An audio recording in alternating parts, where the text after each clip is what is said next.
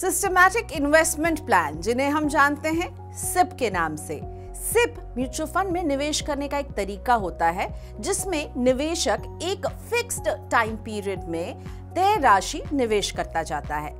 आप 500 रुपए प्रति महीने जैसे छोटे अमाउंट के साथ भी सिप शुरू कर सकते हैं।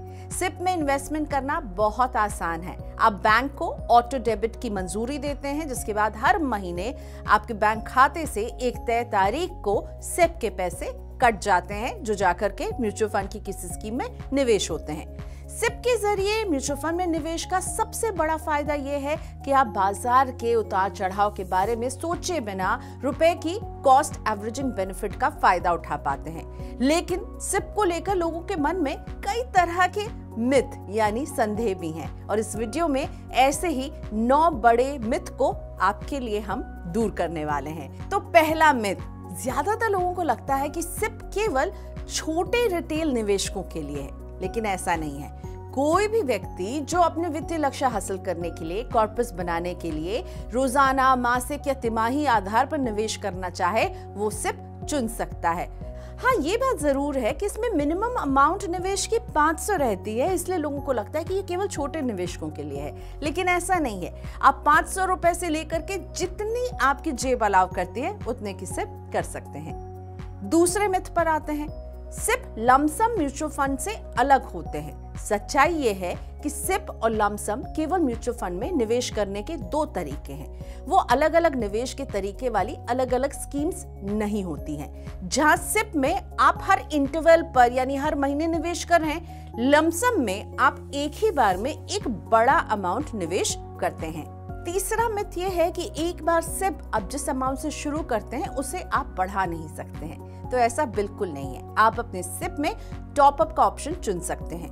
आप टॉप अप के जरिए सिप में निवेश को इंक्रीज कर सकते हैं। जैसे कि मान लीजिए आपके 2 सिप अकाउंट हैं और आप हर महीने 2000 रुपए का निवेश कर रहे हैं, और अब आपके पास 3000 रुपए बचने लगे और आप अपनी सिप को बढ़ाना चाहते हैं, तो टॉप अप का ऑप्शन ऐसे ही लोगों के लिए है। हाँ, लेकिन सिप की राशि को आप घटा नहीं सकते, डिक्रीज नहीं कर सकते, इंक्रीज कर सकते हैं। अगर आप बड़ी रकम की सिप को चला नहीं पा रहे तो उसे बंद कराकर फिर छोटी राशि की नई सिप शुरू कर सकते हैं। तो डिक्रीज नहीं कर सकते, इंक्रीज कर सकते हैं अपने सिप को। लेकिन ये ध्यान रहे कि अगर आप चाहते हैं कि आपको टॉप अप, आप अभी निवेश शुरू कर रहे हैं, थोड़े दिन में आप उसे टॉप अप करेंगे, तो जब आप सिप शुरू करेंगे ना, तभी आपको ये फैसला लेना होगा कि आप थोड़े समय के बाद इसे टॉप अप करने वाले हैं। तो इस बात का ख्याल रखिएगा।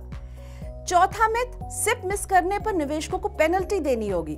बिल्कुल झूठ, बिल्कुल गलत। ईएमआई मिस करने पर आप पेनल्टी देते हैं, लेकिन सिप के मामले में ऐसा नहीं है। हालांकि इस बात का ख्याल रखिए कि आपके बैंक अकाउंट में पर्याप्त राशि हो। अगर पर्याप्त राशि नहीं होने पर सिप के पेमेंट के वक्त पेमेंट नहीं जाएगी तो बैंक आप पर पेनल्टी लगाएंगे, लेकिन फंड हाउस आपसे कोई चार्ज नहीं वसूलते हैं। चलिए, पेनल्टी तो कोई भी नहीं लगेगी, लेकिन हाँ, फंड हाउस हर निवेशक को सिप पॉज करने का भी ऑप्शन देते हैं। जहां मान लीजिए आप किसी फाइनेंशियल स्ट्रेस से गुजर रहे हैं और आप उस महीने शायद सिप नहीं दे पा रहे होंगे, तो आप 1 से 3 महीने के लिए सिप को पॉज यानी रोक सकते हैं। अगला मिथ लोगों को ये रहता है कि स्टॉक मार्केट में जब तेजी आती है, उछाल होती है, तो सिप में इन्वेस्ट नहीं करना चाहिए। लेकिन इसके उलट ऐसे में निवेश शुरू करना एक सही फैसला होता है और निवेश को जारी रखना भी। आपको तभी तो रुपए की कॉस्ट एवरेजिंग का फायदा मिलता है, जो लंबे समय में बाजार के उतार चढ़ाव के दशाओं में बैलेंस बनाता है और आपको अच्छा रिटर्न देता है। सिप के जरिए इक्विटी म्यूचुअल फंड में निवेश करने से रिटर्न की 100% गारंटी है। ऐसा बिल्कुल नहीं है। ये एक निवेश का मिथ है। इस तरह निवेश से वेल्थ क्रिएशन में मदद मिलती है आपको। आप म्यूचुअल फंड का सही चुनाव करेंगे तो अपने रिस्क के हिसाब से उसमें आप निवेश करेंगे तो आपको रिटर्न तो मिलेगा, लेकिन गारंटी कोई नहीं दे सकता, क्योंकि म्यूचुअल फंड में अगर आप निवेश करें, वो भी इक्विटी म्यूचुअल फंड में, तो बाजार के उतार चढ़ाव के मुताबिक आपको रिटर्न मिलता है, आपको फायदा मिलता है कंपाउंडिंग का, यानी आपके ब्याज पर और रिटर्न जुड़ जुड़ के आपको मिलता है। लेकिन अगर आप सिप के जरिए निवेश कर रहे हैं, वो भी लॉन्ग टर्म के लिए, तो गारंटी का शब्द अपनी डिक्शनरी से निकाल कर ही निवेश कीजिएगा। केवल मंथली सिप ही चुनना चाहिए, ऐसा बिल्कुल नहीं है। सिप में आप म्यूचुअल फंड अपने कंफर्ट के हिसाब से कर सकते हैं, लेकिन सिप की फ्रीक्वेंसी का रिटर्न पर बहुत कम असर होता है। इसीलिए अगर आपकी जेब अलाउ करती है तो आप मंथली सिप कीजिए, नहीं तो तिमाही सिप भी कीजिएगा, तब भी इन दोनों के रिटर्न में बहुत ज्यादा अंतर नहीं होता है। आप सिप की तारीख अपनी सुविधा के हिसाब से चुन सकते हैं। इस मिथ का भी ख्याल रखिए, लोगों को लगता है कि सिप के जरिए आप कभी भी रिटर्न गंवा नहीं सकते हैं। सिप देखिए केवल म्यूचुअल फंड में निवेश करने का एक तरीका है और आपका रिस्क तय होता है कि आप किस तरह के फंड या स्कीम में निवेश कर रहे हैं। इसीलिए हमेशा पैसों के साथ आप कितना जोखिम ले सकते हैं, आपके जोखिम लेने की क्षमता के हिसाब से आपको निवेश करना चाहिए।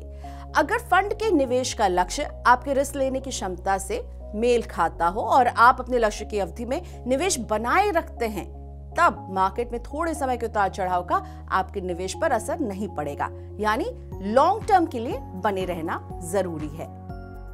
सभी म्यूचुअल फंड स्कीम में टॉपअप की सुविधा मिलती है, ऐसा भी नहीं है। सभी म्यूचुअल फंड कंपनियां टॉपअप की सुविधा नहीं देती हैं और ये स्कीम के हिसाब से होता है। जो कंपनियां ये सुविधा देती हैं, इसका ऑप्शन चुनने के लिए आपको टॉपअप या स्टेपअप की सुविधा का इस्तेमाल शुरुआत से ही, जब आप सिप शुरू करेंगे तभी करना होता है। इसीलिए सिप शुरू करने से पहले इस बारे में अच्छे से पता कर लें कि फंड हाउस या स्कीम जो आप चुन रहे हैं उसमें टॉपअप की सुविधा है या नहीं।